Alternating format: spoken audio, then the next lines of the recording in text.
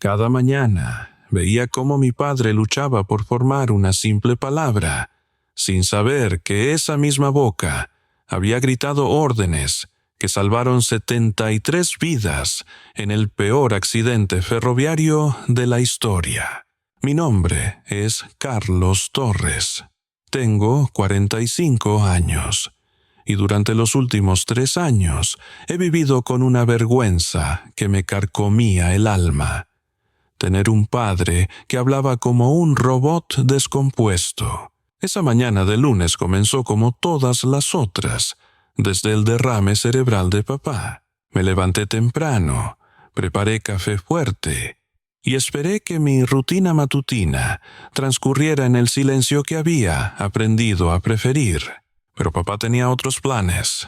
«Carlos», escuché desde la cocina. Su voz, quebrada y lenta, me llegaba como el sonido de un disco rayado. «¿Cómo estás? Hi, jo?» Me tensé inmediatamente. Cada conversación con él se había convertido en una prueba de paciencia que generalmente reprobaba. «Bien, papá. Tengo prisa», respondí sin mirarlo, fingiendo estar muy ocupado revisando emails en mi teléfono. Lo que mi padre guardaba bajo su camisa abrochada hasta el cuello era la prueba física de su heroísmo. Una cicatriz profunda que atravesaba su torso, recuerdo permanente del día que casi murió salvando a 73 personas. Pero yo no lo sabía. Para mí, era solo otro recordatorio de cómo mi vida se había complicado desde su derrame. Rafael Torres, mi padre, tenía 74 años y había sido comandante de rescate antes de retirarse hace décadas. Pero el derrame cerebral de hace 3 años había cambiado todo. Su habla se había vuelto lenta y laboriosa, su caminar inseguro y su independencia una cosa del pasado. Para el mundo exterior, y vergonzosamente para mí, se había convertido en el viejo que habla raro. Mientras desayunaba rápidamente, observé cómo papá se vestía con el mismo cuidado meticuloso de siempre. Camisa blanca, abrochada hasta el último botón, pantalones planchados, zapatos lustrados. Mantenía la dignidad en los pequeños detalles, algo que en ese momento me parecía casi patético, pero que años después entendería como una forma silenciosa de resistencia. «Carlos», intentó nuevamente. «Oh, y tienes mucho trabajo». La pregunta simple requería de él un esfuerzo enorme. Cada sílaba era una pequeña batalla contra un cerebro que ya no coordinaba perfectamente con su lengua. Pero yo solo escuchaba la lentitud, la dificultad, la forma en que sus palabras me recordaban que mi vida ya no era la misma. «Siempre tengo mucho trabajo, papá», respondí con esa impaciencia que había desarrollado como defensa. «Tengo una reunión importante con clientes nuevos». Lo que no le dije era que esos clientes ya habían hecho comentarios sobre el viejo que vive contigo, que en la oficina algunos colegas susurraban preguntas sobre por qué no lo internaba en un hogar, que mi carrera como ejecutivo de seguros había comenzado a sufrir porque llegaba tarde regularmente debido a las necesidades de papá. Mi monólogo interno era brutal. Cada día es más difícil. No puedo llegar tarde por sus problemas. Los clientes notan cuando estoy distraído. ¿Cómo voy a explicarles que mi padre necesita ayuda para vestirse? Que a veces se le olvida cómo usar el microondas. Que tengo que contratar ayuda domiciliaria porque no puedo dejarlo solo. Pero lo más doloroso era admitir que una parte de mí, una parte que odiaba pero que no podía negar, se avergonzaba de él.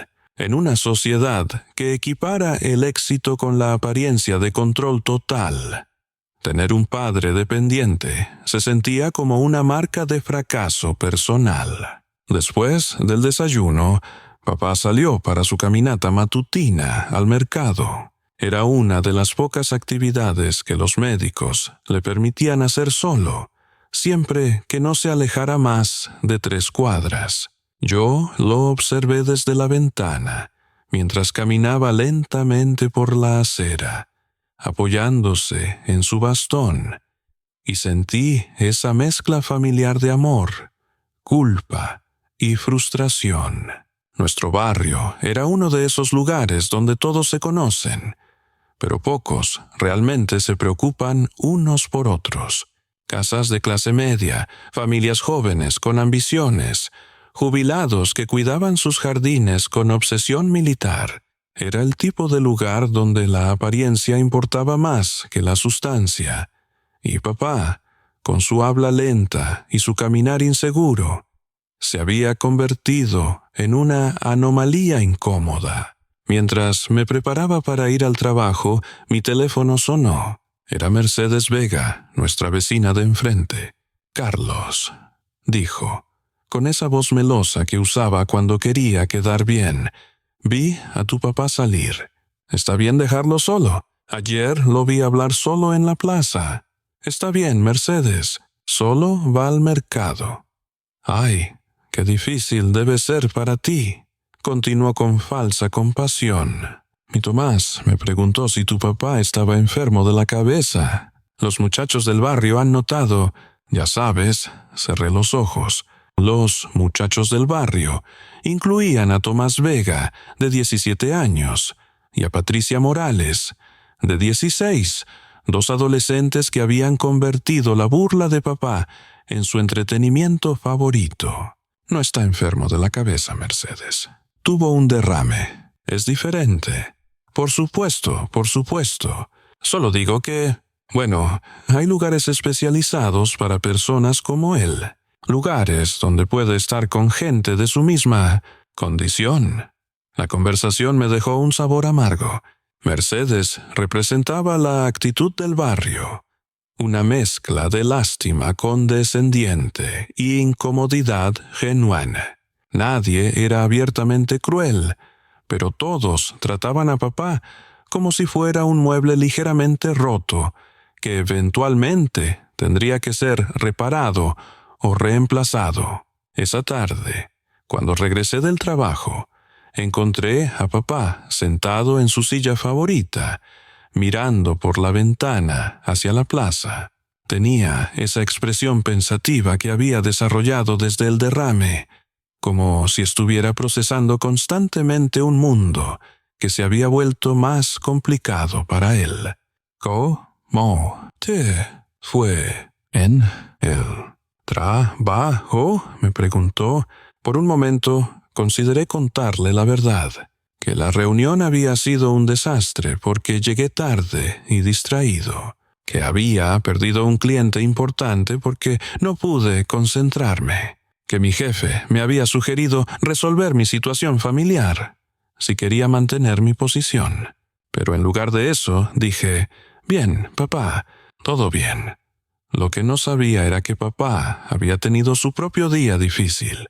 Había ido al mercado y se había encontrado con Tomás y Patricia en la plaza. Los 2 adolescentes estaban aburridos, esperando que pasara algo interesante, cuando vieron la oportunidad perfecta para entretenerse. «Hola, señor Torres», había gritado Tomás con falsa alegría. «¿Cómo está usted hoy?». La imitación cruel de su forma de hablar había hecho reír a Patricia inmediatamente. «Di supercalifragilístico-expialidoso», había añadido ella, sosteniendo su teléfono como si fuera a grabarlo. Papá había intentado ignorarlos y seguir caminando, pero Tomás se había puesto frente a él. «No se vaya, señor Torres. Solo queremos practicar hablar lento como usted». «Ah, sí, podemos entenderlo mejor». Patricia había comenzado a filmar.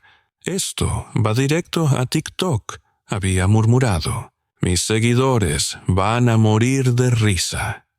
Cuando papá había tratado de alejarse más rápido, había tropezado ligeramente y su bastón se había caído al suelo. En lugar de ayudarlo, los dos adolescentes habían reído más fuerte. ¿Necesita ayuda, Robocito?, había preguntado Tomás, usando el apodo cruel que había inventado para él. Papá había recogido su bastón en silencio, con las mejillas rojas de humillación, y había regresado a casa sin comprar nada en el mercado. Pero no me contó nada de esto. En su mente, protegerme de la crueldad del mundo era más importante que buscar mi apoyo. Esa noche, durante la cena, la tensión era palpable. Papá luchaba con los cubiertos, algo que el derrame había hecho más difícil, y yo fingía no notar su dificultad mientras revisaba emails en mi teléfono. «Carlos», dijo finalmente. «Lo siento». Levanté la vista. «¿Por qué, papá?» «Por ser carga para ti». Las palabras me golpearon como una bofetada, no porque fueran injustas, sino porque en el fondo eran parcialmente ciertas. Y odiaba que fuera así. «No eres una carga, papá», mentí, pero mi voz sonaba hueca incluso para mí. «Sé que tu trabajo es difícil por mí». Y ahí estaba la verdad que ninguno de los dos quería enfrentar. Mi carrera estaba sufriendo. Mi vida social había desaparecido. Mis posibilidades de encontrar pareja se habían complicado considerablemente. Todo porque tenía un padre que necesitaba cuidado constante. «Papá, no digas eso». Tal vez se ría yo. Si fuera a lugar donde no, exploté antes de que pudiera terminar la frase. «No vamos a hablar de eso». Pero inmediatamente me sentí culpable por haber gritado. La expresión de dolor en sus ojos me recordó que, sin importar qué tan frustrante fuera la situación, él seguía siendo mi padre. El hombre que me había criado solo después de que mamá nos abandonara cuando yo tenía 12 años. El hombre que había trabajado 2 empleos para pagarme la universidad. El hombre que había sido mi héroe durante toda mi infancia. «Lo siento, papá. Es solo que esto es difícil para ambos». «Lo sé». «Hi, Joe. Pero no quiero que pierdas tu vida por mí». Su preocupación genuina por mi bienestar, incluso en su estado vulnerable, me llenó de una culpa que me carcomía por dentro. ¿Cómo podía ser tan egoísta? ¿Cómo podía avergonzarme del hombre que había sacrificado tanto por mí? Pero la realidad era que no sabía cómo manejar la situación. No había manual para lidiar con un padre que había perdido parte de su independencia. No sabía cómo equilibrar mi vida profesional con sus necesidades. Y definitivamente no sabía cómo lidiar con la vergüenza social que sentía cuando otros veían su condición. Esa noche, después de que papá se fue a dormir, me quedé despierto mirando viejas fotografías. Había una de él en uniforme militar, joven y orgulloso, posando junto a un camión de rescate. Otra de nosotros dos en mi graduación universitaria. Él sonriendo con tanto orgullo que iluminaba toda la imagen. ¿Cuándo había dejado de ver al hombre en las fotografías y había empezado a ver solo la limitación? ¿Cuándo había permitido que la opinión de otros definiera mi relación con mi propio padre? Pero incluso mientras me hacía estas preguntas, sabía que al día siguiente volvería a sentir esa punzada de vergüenza cuando lo viera luchar por formar una oración, que seguiría llegando tarde al trabajo porque él necesitaba ayuda extra en las mañanas, que continuaría evitando invitar gente a casa porque no quería explicar su condición. Lo que no sabía era que todo estaba a punto de cambiar, que una carta del hospital, una consulta médica y una doctora con una memoria extraordinaria estaban a punto de revelar un secreto que mi padre había guardado durante 30 años. Un secreto que no solo cambiaría mi percepción de él, sino que transformaría completamente la forma en que nuestro barrio entero lo veía. Al día siguiente, cuando la enfermera Rosa llegó para la revisión semanal de papá, notó algo que cambiaría nuestras vidas para siempre. «Señor Torres», dijo la enfermera Rosa mientras examinaba a papá, «esta cicatriz en su torso es muy extensa. ¿Fue de algún accidente?» Estaba sentado en la sala, fingiendo leer el periódico, pero en realidad observando la revisión médica rutinaria. Rosa era una mujer de 45 años, profesional y directa, que venía semanalmente desde el derrame de papá. «Accidente viejo», murmuró papá, claramente incómodo con la pregunta. Rosa continuó examinando la cicatriz que se extendía desde el lado derecho de su torso hasta casi el centro de su pecho. Era profunda, irregular, el tipo de marca que solo deja un trauma severo. «Es muy profunda, señor Torres. Debió ser un trauma considerable. ¿Recuerda los detalles?» Papá negó con la cabeza rápidamente y se abrochó la camisa. «No, ya pasó». Pero Rosa no se quedó satisfecha. Después de completar la revisión, me llevó aparte. «Carlos, los archivos médicos de su padre están incompletos», me dijo en voz baja. «Solo aparece información del derrame, pero hay evidencia clara de trauma físico previo mayor». «Mi padre nunca habla de su pasado», respondí. «Era militar, pero siempre ha sido muy reservado sobre esa época. Esa cicatriz. He visto similares en veteranos de rescate de emergencias. El patrón sugiere penetración por objeto metálico, probablemente en situación de rescate o combate». Rosa plantó una semilla de duda en mi mente que no podía ignorar. Esa noche, después de que papá se durmiera, comencé a pensar en todo lo que realmente no sabía sobre él. Sabía que había sido militar, que se había retirado cuando yo era adolescente, que nunca hablaba de su servicio, pero nunca había presionado para obtener detalles. Al día siguiente, papá tenía cita con la doctora Elena Morales, su neuróloga, para revisión de rutina del derrame. La doctora Morales era una mujer de 55 años, reconocida especialista en rehabilitación neurológica, que había estado tratando a papá desde el accidente. Cuando entramos al consultorio, noté algo extraño en la expresión de la doctora. Estaba revisando el expediente de papá, pero cuando lo vio entrar, su rostro cambió completamente. «Señor Torres», dijo lentamente, estudiando su cara con una intensidad que no había mostrado en visitas anteriores, «¿puedo preguntarle algo personal?» Papá asintió nerviosamente. «¿Usted estuvo involucrado en el accidente ferroviario de 1991? El rescate en las montañas». El silencio en la habitación fue absoluto. Papá se puso rígido y pude ver pánico genuino en sus ojos. «¿Salvó vidas?», pregunté, mi voz subiendo de tono mientras una sensación extraña se apoderaba de mí. «¿Papá? ¿De qué está hablando?» En ese momento, sentí como si el suelo bajo mis pies hubiera desaparecido. Mi corazón comenzó a latir tan fuerte que podía escucharlo en mis oídos. Mis manos se aferraron a los brazos de la silla mientras mi mente luchaba por procesar lo que estaba escuchando. ¿Mi padre? Un héroe. El mismo hombre que esta mañana necesitó mi ayuda para abrir un frasco de mermelada. La doctora Morales se levantó de su escritorio y se acercó a papá. «Usted me salvó la vida», dijo con voz quebrada.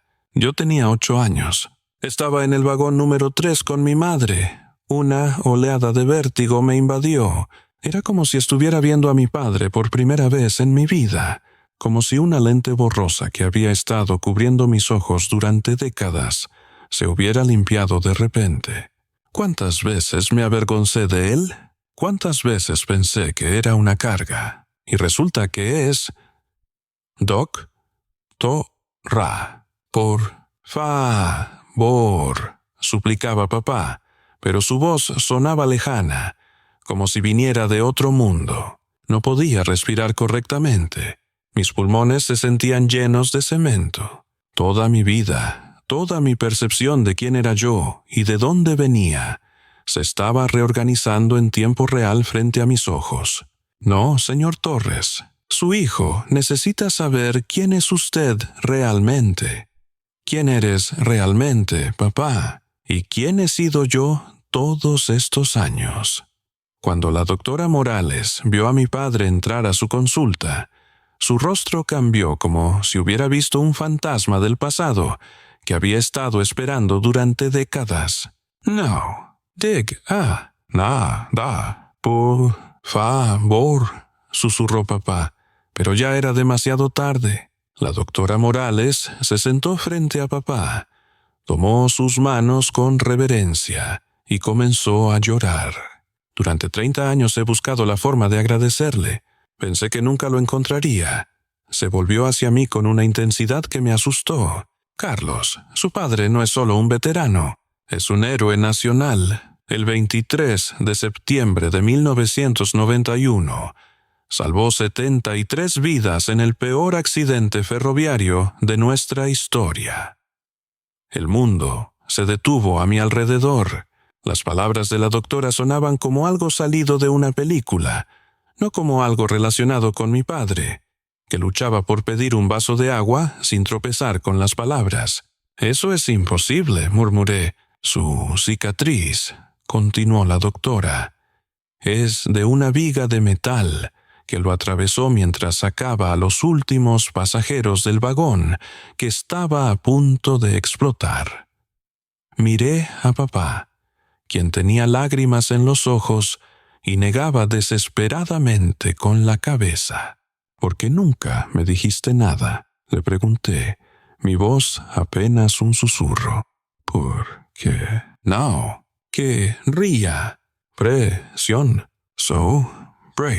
Di», respondió con dificultad. «No, que ría. Que te sin tierras obligado a ser como yo». De repente, un recuerdo de mi infancia me golpeó con la fuerza de un tsunami. Yo tenía 8 años. Había caído de mi bicicleta y me había raspado ambas rodillas hasta sangrar. Estaba llorando histéricamente en la acera cuando papá apareció corriendo desde la casa. «Tranquilo, campeón», me había dicho, arrodillándose a mi lado con esa misma voz calmada que ahora reconocía. «Las heridas sanan. Lo importante es que fuiste valiente al intentarlo». Me había cargado en sus brazos hasta la casa. Limpió mis heridas con tanta delicadeza que Barely dolió, y después se quedó conmigo toda la noche, porque tenía miedo de que los gérmenes vinieran mientras dormía. «Los héroes no son los que nunca se caen», me había susurrado esa noche. «Los héroes son los que se levantan y ayudan a otros a levantarse también». Ahora, mirando a este hombre que luchaba por formar cada palabra, entendí que me había estado enseñando sobre heroísmo toda mi vida, no con palabras grandiosas o historias épicas, sino con actos silenciosos de amor y protección. La doctora Morales nos contó su versión de los eventos. Como niña de 8 años, había estado viajando con su madre cuando el tren descarriló en una curva montañosa. Los vagones se volcaron, el combustible se derramó y había riesgo inmediato de explosión. Su padre coordinó todo el rescate, explicó. Entró a cada vagón, organizó la evacuación, calmó a los pasajeros.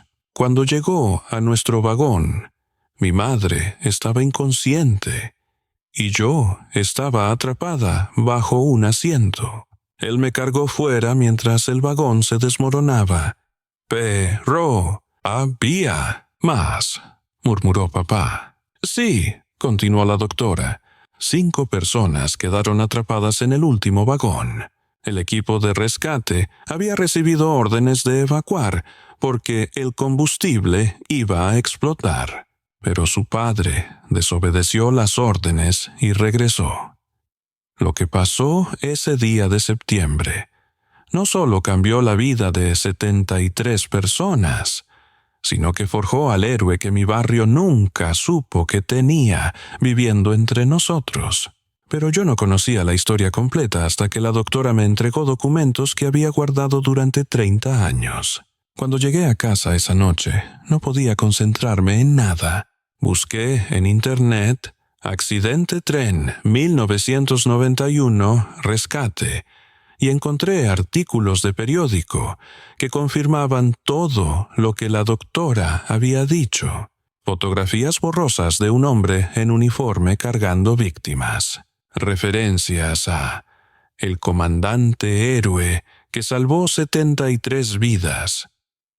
Pero fue cuando encontré una fotografía clara, donde se podía ver la misma cicatriz en el torso, que me quedé sin aliento. Era mi padre, pero 30 años más joven, siendo llevado en camilla después de que una viga de metal lo atravesara durante el rescate.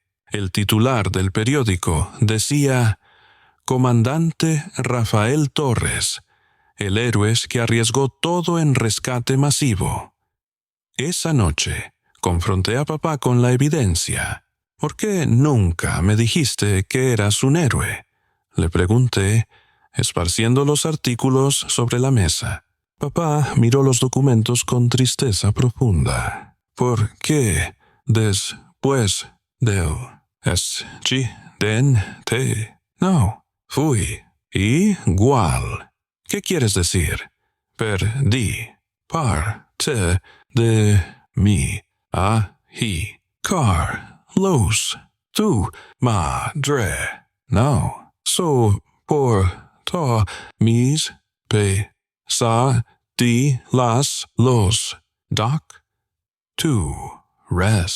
dijeron que el trauma me cambió». Fue entonces cuando me contó la historia completa.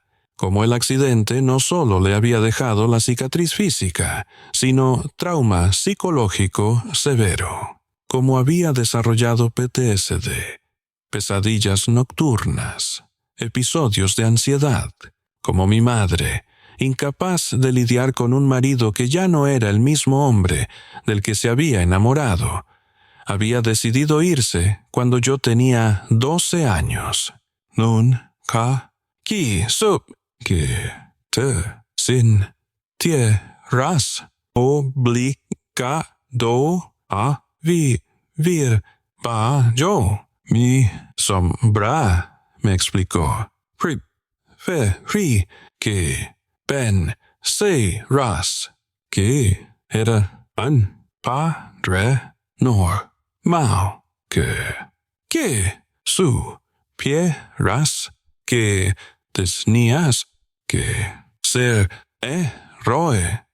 Cuando le mostré a mi padre los artículos sobre su heroísmo, vi por primera vez en años una lágrima rodar por su mejilla y entendí que había estado cargando no solo con las secuelas del derrame, sino con 30 años de dolor silenciado. «Papá», le dije, «eres mi héroe, siempre lo fuiste». «Solo fui tú», papá respondió. Pero ahora yo sabía la verdad, y sabía que tenía que hacer algo al respecto. Al día siguiente, decidí que el barrio necesitaba saber quién era realmente Rafael Torres. Busqué a Miguel Santos, un ingeniero de rescate retirado que había trabajado en el accidente de 1991 y ahora vivía en el barrio vecino. Cuando le mostré las fotografías y le conté sobre papá, Miguel se quedó en shock. «¿Rafael Torres vive aquí?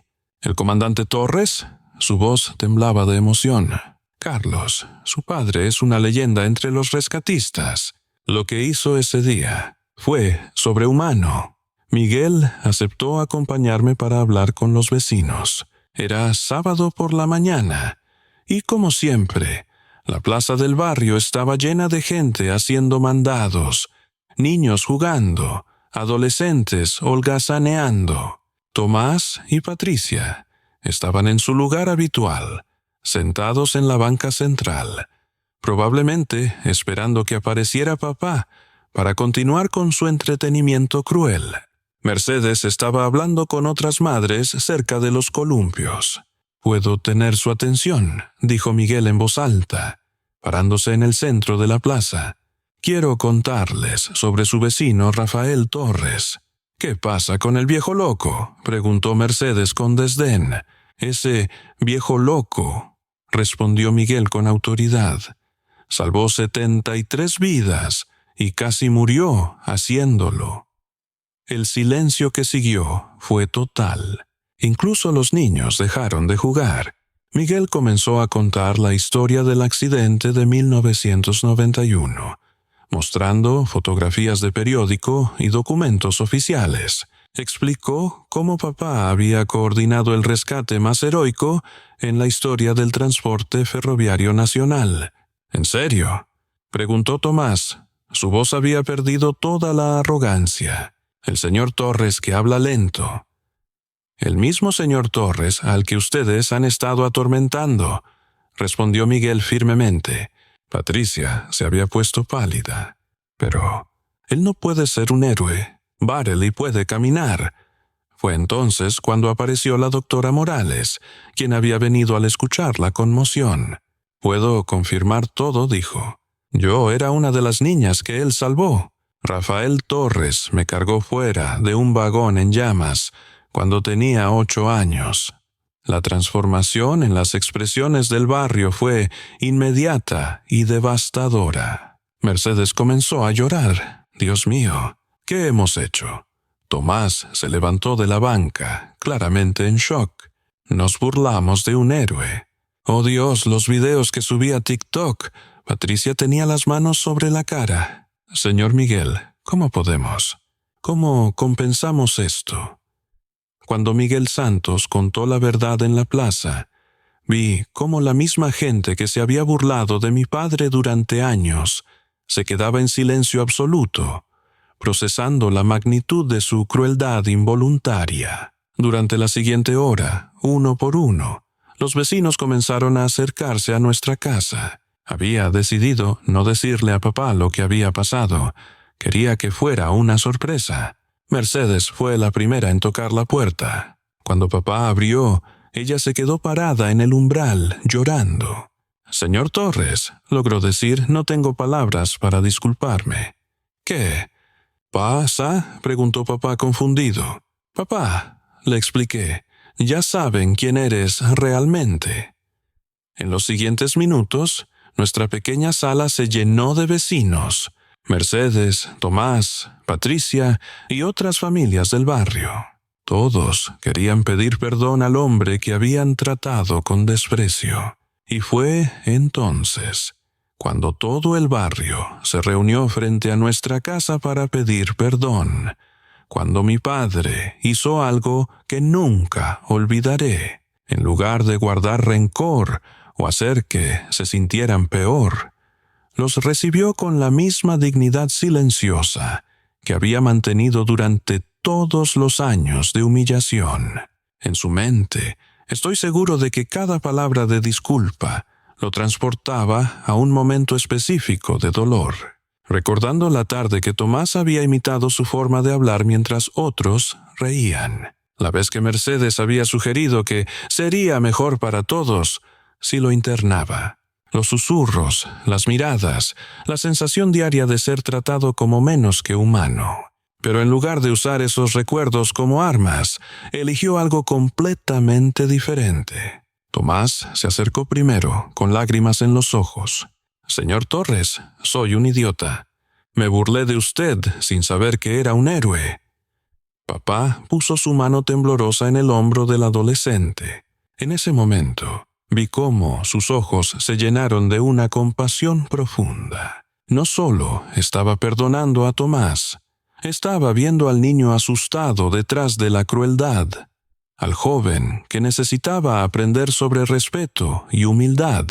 «Estás perdonado, hijo», dijo, y en esas palabras lentas pero claras había décadas de sabiduría. «La juventud comete errores. Lo importante es aprender». «Pero no merezco perdón», sollozó Tomás. «Hice videos burlándome de usted. Los subí a internet. Entonces, sí, videos para ayudar a otros», respondió papá, y pude ver que ya había pensado en una solución constructiva. «Enséñalo que aprendiste». Mercedes se arrodilló frente a la silla de papá. «Señor Torres, he sido una persona horrible. Les enseñé a mis hijos a faltarle el respeto».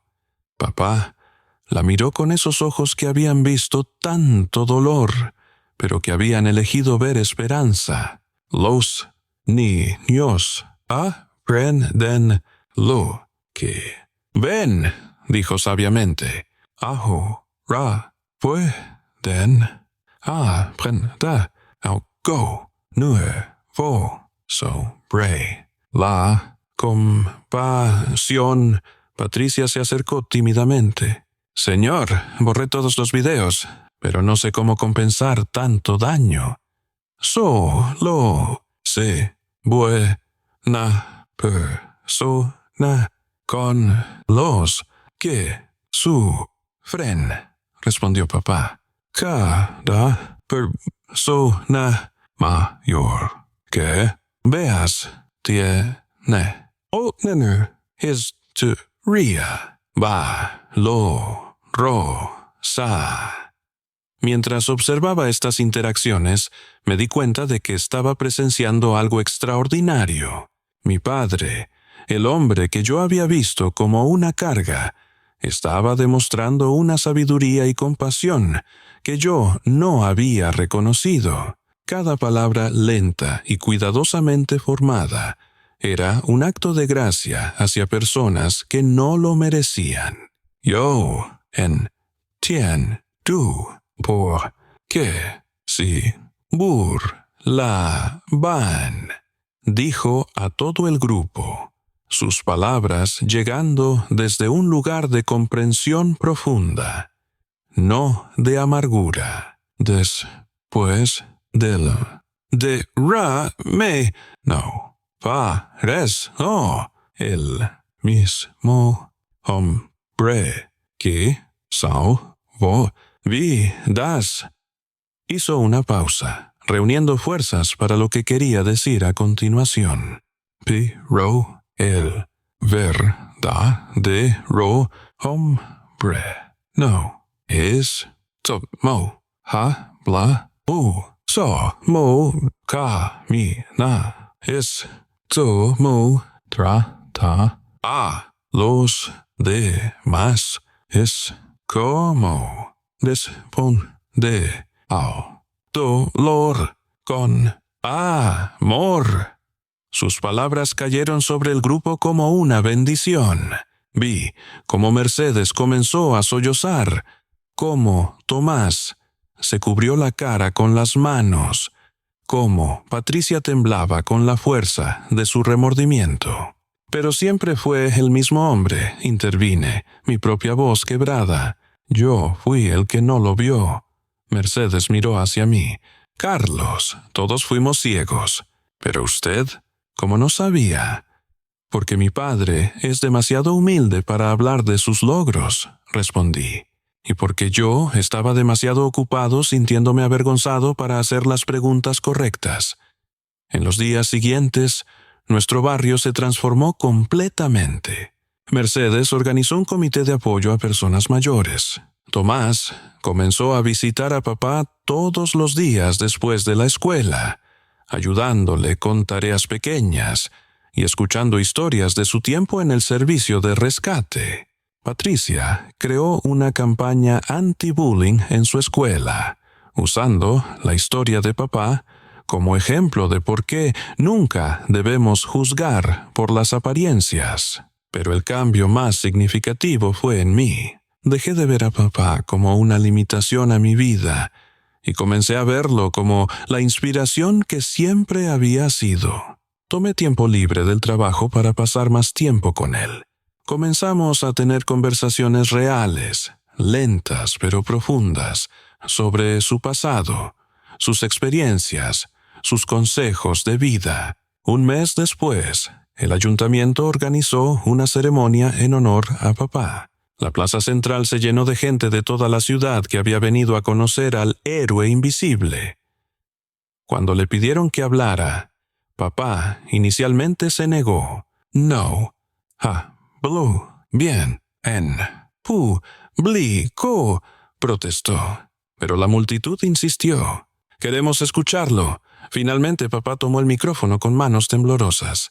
Cuando vi a mi padre dando un discurso lento pero poderoso frente a toda la ciudad, supe que habíamos encontrado nuestro camino de regreso, el uno al otro. Verdad,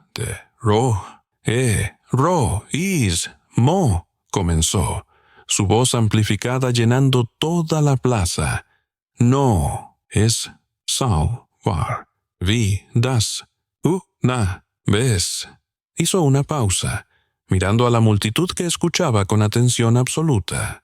En sus ojos pude ver no solo la sabiduría de sus 74 años, sino la comprensión profunda de alguien que había experimentado tanto la gloria como la humillación, y había encontrado verdad en ambas. Es levantarse cada día y elegir amar a pesar del dolor. Su voz se hizo más fuerte, más clara, como si las palabras importantes encontraran su propio camino para salir. Es perdonar cuando te lastiman. Es ver la dignidad en cada persona. Es ayudar a otros a levantarse cuando han caído. Las lágrimas corrían por las mejillas de cientos de personas en esa plaza.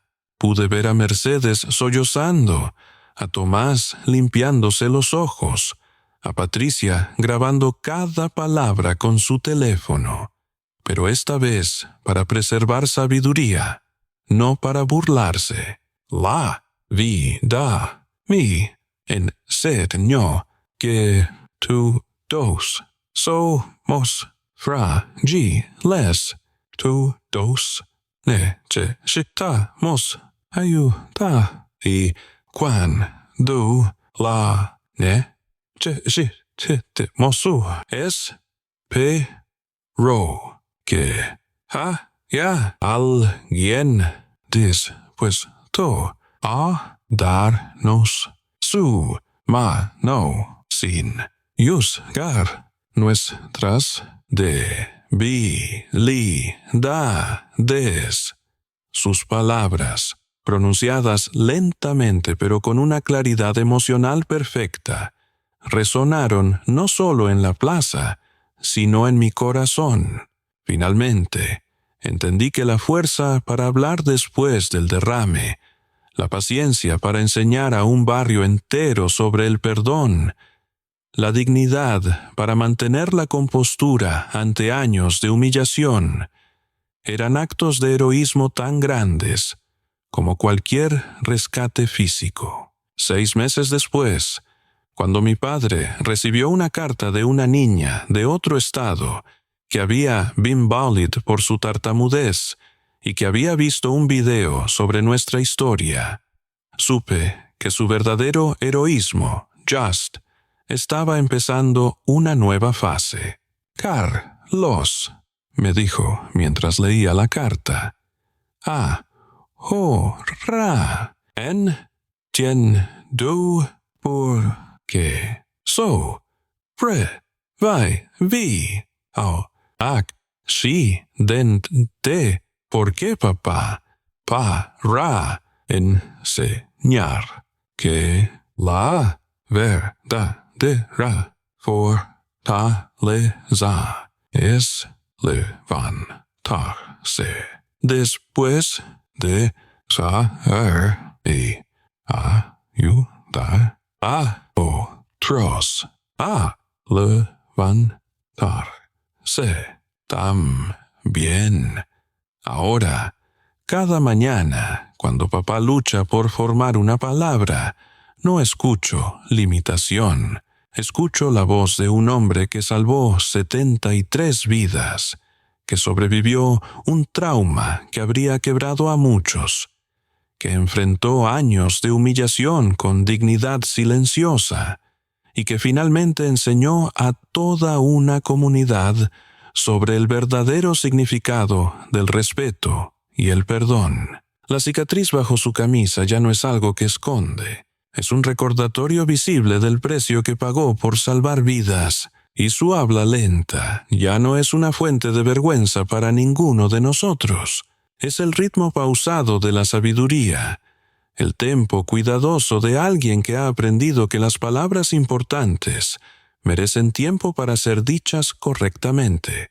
Esta historia nos recuerda que nunca debemos juzgar a las personas por sus limitaciones aparentes, sino buscar entender las historias extraordinarias que pueden estar cargando en silencio. ¿Has tomado el tiempo de conocer realmente a las personas mayores o con discapacidades en tu vida? ¿Qué heroísmos ocultos podrían estar viviendo a tu alrededor? Comparte en los comentarios cómo esta historia cambió tu perspectiva sobre la verdadera fortaleza. Esta es una historia basada en eventos reales, pero dramatizada para fines narrativos. Los nombres han sido cambiados para proteger la privacidad de los involucrados.